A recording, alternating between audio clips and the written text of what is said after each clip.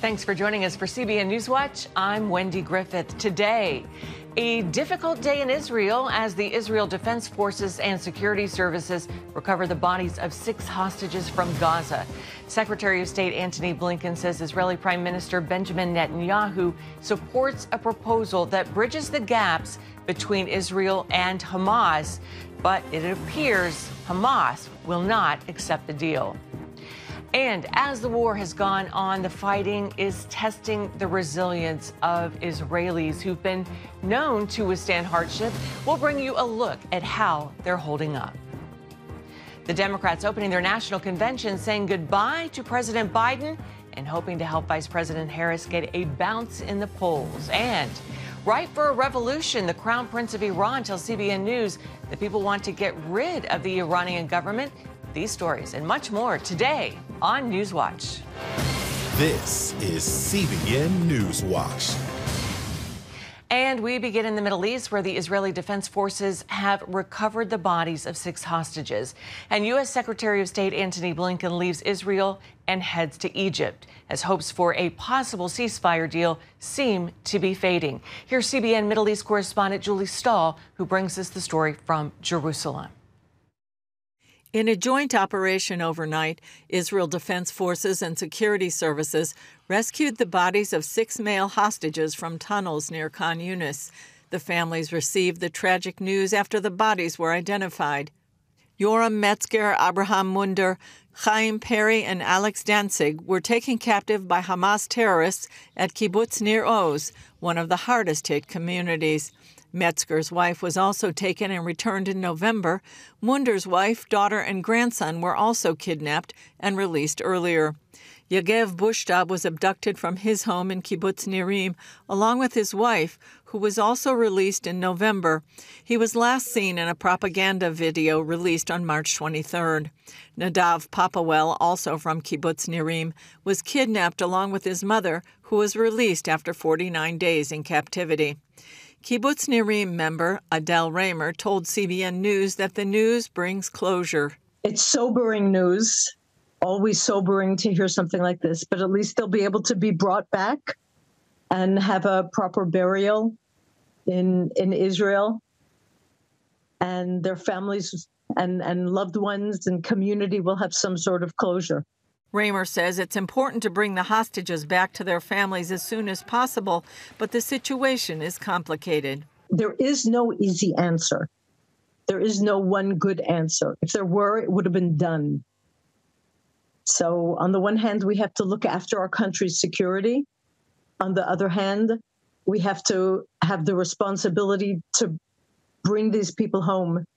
Israeli Prime Minister Benjamin Netanyahu's office released a statement saying, "Our hearts are grieved over the terrible loss. My wife Sarah and I convey our heartfelt condolences to the dear families. I would like to thank the brave IDF and ISA fighters and commanders for their heroism and determined action." The rescue of the 6 bodies comes as Hamas rejected the U.S.-sponsored ceasefire deal to end the war in Gaza and free the rest of the hostages. Secretary of State Antony Blinken says Israeli Prime Minister Benjamin Netanyahu supports a proposal that bridges the gaps separating Israel and Hamas. In a very constructive meeting with Prime Minister Netanyahu today, he confirmed to me that Israel accepts the bridging proposal, that he supports it. It's now incumbent on Hamas to do the same. Netanyahu believes Blinken understands Israel can't accept any conditions in a ceasefire deal that could threaten the security of the Jewish nation. I also greatly appreciate the understanding that the U.S. has shown for our vital security interests as part of our joint efforts to bring about the release of the hostages. Meanwhile, the Wall Street Journal reports Hamas leader Yahya Sinwar believes the hostage deal is just a bluff and is seeking to expand the conflict beyond Gaza to the West Bank. While Hamas and Palestinian Islamic Jihad claimed responsibility for a terror attack gone wrong in Tel Aviv Sunday, Israeli officials suspect Iran and Hezbollah might have had a role. Iran is still vowing to punish Israel at the right time. Regarding punishment for the aggressor against the Iranian territory, the Iranian government, in agreement to the UN Charter and international law, has an intrinsic right to punishment and will act decisively in this regard. Blinken said the U.S. has deployed additional assets to the region to deter such an attack and to respond if an attack occurs. Julie Stahl, CBN News, Jerusalem. Thanks, Julie. More than 10 months after the October 7th Hamas attacks, Israelis are still going off to war, and Hamas still holds over 100 hostages. The ongoing conflict is testing the resilience of a people very familiar with hardship. CBN national security correspondent Caitlin Burke reports on how the nation is coping. Frozen in time. That's the feeling for many within the Jewish community ever since Hamas attacked Israel. The morning of the 7th, everybody remembers where they were at that moment. Active duty and reserve soldiers alike immediately packing their bags and responding to a call that had not yet come. He just picked up his gear, got all his things for reserve duty. His friend from his crew picked him up and they drove straight to the base. And he got ready in 5 minutes and he gave me a hug and he said, "I'll take your car and I'll bring it back." Next time I saw my car, it was 3.5 months later. Family members left behind to wonder, worry, and hold down the home front, then and now. I guess I can say it's been a really rough time, a really restless time, a very insecure time, a time where Dad most of the time is not at home. And also when he is at home, we are not sure when they will call him to go back to the reserve. When her husband deployed, Yael, also a reservist, felt most useful at the military base. A dentist by trade, she put her skills to work, despite being pregnant with her first child. We're all, let's say, dentists, teachers, lawyers, but then we have this separate parallel person where we're in the Army, and this is our job in the Army, and we're medics, and we're officers, and it's a whole different person, and you know how to be this person and this person, and you can switch between these two different people. Amira used art as an outlet for her fear and anxiety after her son deployed. And I started just dotting leaves, and I saw that I was dotting away, and suddenly 4 hours passed, and I hadn't thought of anything. So honestly, all I did for the first month is dot leaves. For about 12 hours a day, I have thousands of beautiful leaves dotted. And that was my therapy. What started as a distraction for her mind became an inspiration for others overcome by war when it was featured in a Knesset exhibit on the resilience of soldiers and families. And I see from my friends, we all going through the anxiety, sleepless nights, taking medication, having panic attacks, trying to be strong when the boys come back from the Army and, holding ourselves. And as soon as they leave, we fall apart again. With her husband still cycling through deployments, Crystal knows that feeling all too well. Still, each day she puts on a brave face for her 4 children. At one side, life just keeps on going. The children were in school, now they have vacation, they have a program that they do things in the vacation. And then suddenly there will be rockets fired and you're saying, "Hey kids, we're okay. Everything is fine." And you know it's not okay, and it's not fine. And you're all the time acting. The nation, surrounded by enemies, is familiar with living under constant threat. Although this fight is putting the resilience of the Israeli people to the test, making it necessary for outside organizations to step in and provide critical support. Throughout the war, the Atalef Foundation has worked to meet the needs of Israel's most elite Special Forces unit and also their families. Crystal, Amira, and Yael are all part of this community. So I know that Atalef Foundation very, very well throughout the years, and constantly they were reaching out, trying to do different projects and support groups. And there was a phone call that you could always call. Also for, if you want to ask questions, if you want to know what's going on. Psychological sessions for the woman. Dad organizes nights out. I was in night out, I think in March. They took us to some kind of stand-up, nice performance. It was really nice. And I met the other woman over there. And I guess it was the first time that actually went out since the 7th of October.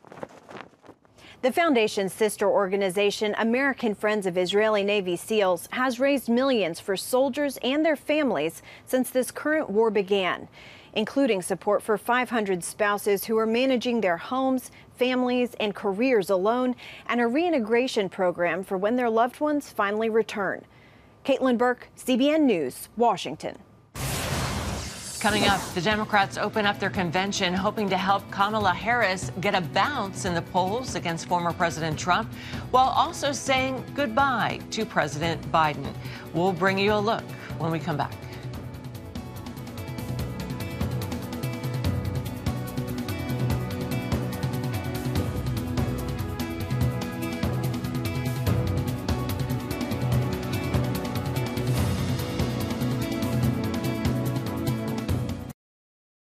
Download the CBN News app. One place for all of your news. Breaking news alerts. Watch CBN News Channel Live. CBN News, because truth matters. Get the CBN News app today. The Democratic National Convention officially underway. The four-day event kicked off last night in Chicago. President Biden headlined the night less than 1 month after dropping out of the race. The night largely a celebration of him and his decision to pass the torch. And there was a surprise appearance by the nominee herself, Vice President Kamala Harris. CBN's Jenna Browder has the story.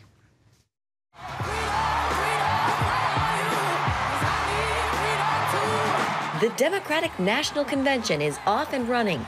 Democrats riding high on momentum. Good evening, everyone! As they'll officially nominate Vice President Kamala Harris as their party's standard bearer. Good evening, good evening. Harris making a surprise appearance on stage. The night's theme, For the People. Its headline speaker, President Joe Biden, who was welcomed by a 4-minute standing ovation. I love you. Just 1 month after dropping out of the race, Biden defended his term in office and made the case for why he thinks Harris is better than former President Trump. She'll be a president we can all be proud of. And she will be an historic president who puts her stamp on America's future. Former Secretary of State Hillary Clinton also took the stage. It still takes a village to raise a family, heal a country, and win a campaign. Outside the convention, thousands of mostly peaceful pro-Palestinian protesters marched in Chicago, though some broke down a security barrier outside the hall. And inside held up this sign, Stop Arming Israel. Tonight, former President Obama and Michelle Obama will speak. Tomorrow, we'll hear from Governor Tim Walz. And then on Thursday, Harris is expected to formally accept her party's nomination. And this November, we will come together and declare with one voice, as one people, we are moving forward. But this was her message last night. Harris bringing fresh energy to the party and making clear it's a new race for Democrats. Jenna Browder, CBN News. Still ahead, we're going back to the Middle East, where the oldest son of the late Shah says Iran is ripe for a revolution. The Crown Prince on a mission to replace the radical Islamic regime with a secular democracy. We'll hear why he believes he can succeed right after this.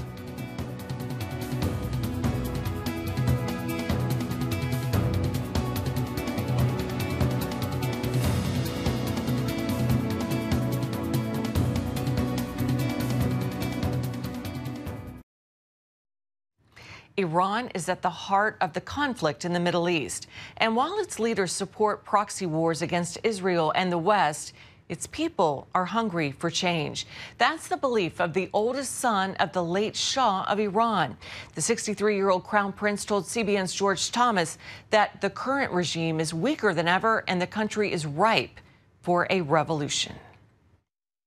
Fight for freedom and liberties is a cause that never ends until it's done. Crown Prince Reza Pahlavi is warning the United States and Western powers to not be fooled by the election of Iran's new president, Masoud Pezeshkian. We call this the circus of elections in Iran.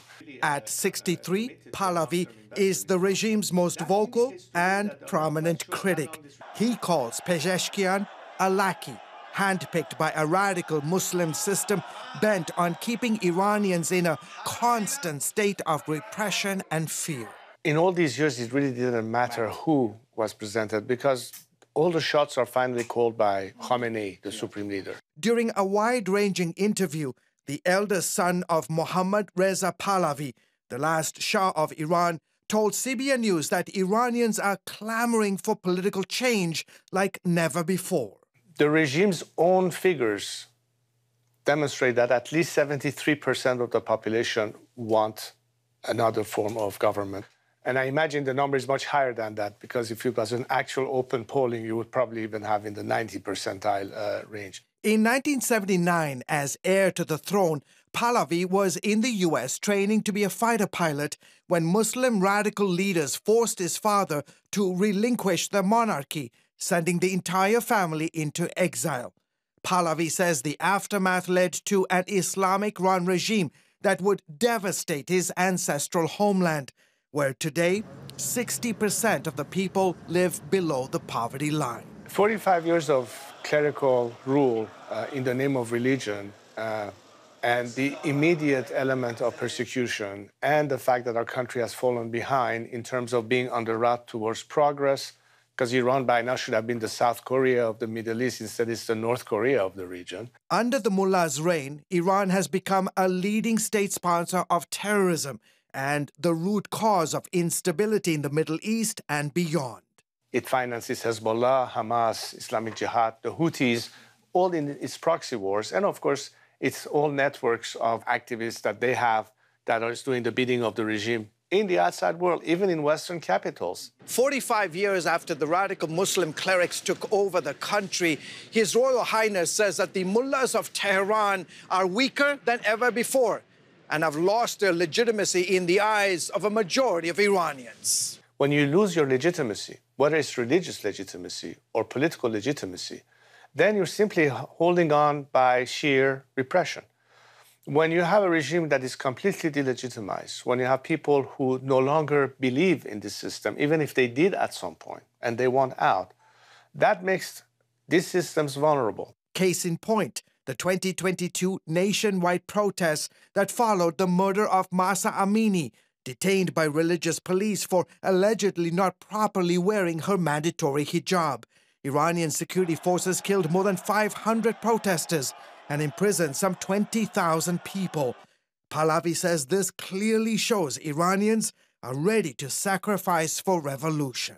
Nobody said that freedom comes for free. The price sometimes is extremely high. But are you willing to say that just because it's too expensive, I'm not going to purchase it and put up with what otherwise would be annihilation, demise? We don't have a choice. We have to do it. We have to do it for survival. We have to do it for sanity. We have to do it for humanity. We have to do it for our own interests, no matter what it takes. Despite Iranian proxy attacks on U.S. troops in the Middle East, acceleration of its nuclear uranium enrichment program, and funding of Hezbollah and other terror groups, Pahlavi cannot understand why the Biden administration continues to keep billions of dollars flowing to the terror regime. He says it's time Western governments stop appeasing the mullahs of Tehran. And what I have argued for years to foreign governments, particularly Western democracies, has been that your expectation of behavior change from the get-go was a false expectation, because you simply haven't recognized the DNA of this regime that needs to do all of it does in order to survive. It's not interested in the welfare of the Iranian people. It's simply aiming to export an ideology to dominate the whole world. Pahlavi, who idealizes Martin Luther King Jr. and Mahatma Gandhi for their pursuit of non-violent campaigns for political change, runs the National Council of Iran, whose mission is to replace the current Islamic-led regime with a secular democracy.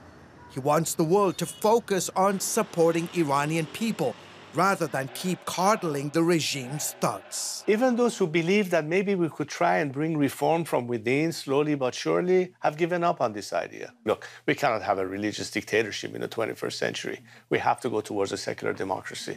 So that's why I think the majority of Iranians find themselves in the same optic, in the same vision. Knowing the history that you have with your beloved nation, do you ever say, you know what, I think this is too tough a fight. Too many innocent people's lives are being taken, and it's been 45 years. Do you ever despair? There were moments in time that I wonder if South Africans would have given up, or people in the Eastern Bloc countries would have given up, and even dissidents in the Soviet Union would have given up.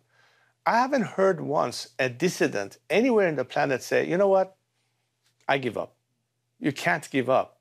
It's not an option. And I think Iranians, the reason why they haven't given up, the reason why they go to the streets, the reason why they take the risk to be shot in the eye or continue to be murdered by the regime is because they know that the only way out is for us to succeed. And if they have to sacrifice themselves so that future generations will, have a better life, so be it. Thank you, sir.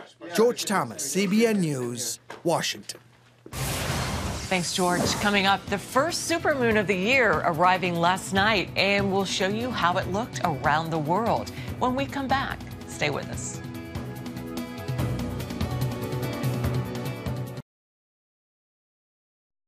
Introducing a brand new way to start your morning, the CBN News Quick Start Podcast. Each weekday morning at 7 a.m., get quick highlights of the day's important news. Then an in-depth analysis that goes beyond the headlines. Insights that matter to people of faith. Discover how God is moving around the world and here at home. Find the CBN News Quick Start Podcast on iTunes or wherever you enjoy listening to podcasts, because truth matters. Did you see the supermoon last night? Well, the supermoons of 2024 have started to arrive. The first one coming yesterday. It was the first of 4 for the year. During a supermoon, the full moon inches a little closer than usual to Earth. It isn't actually bigger, but it can appear that way in the night sky. Supermoons occur when a full moon is in sync with an especially close swing around the Earth. That usually happens only 3 or 4 times a year. The next supermoons for 2024 will come in September, October, when the moon will be the closest to the Earth, harvest moons, and then the last one will be in November. I saw it early this morning. It was still shining bright over Virginia Beach. So beautiful. Well, that is going to do it for this edition of CBN NewsWatch. Thanks so much for watching our programs, and we will see you later. Have a great day, and God bless you.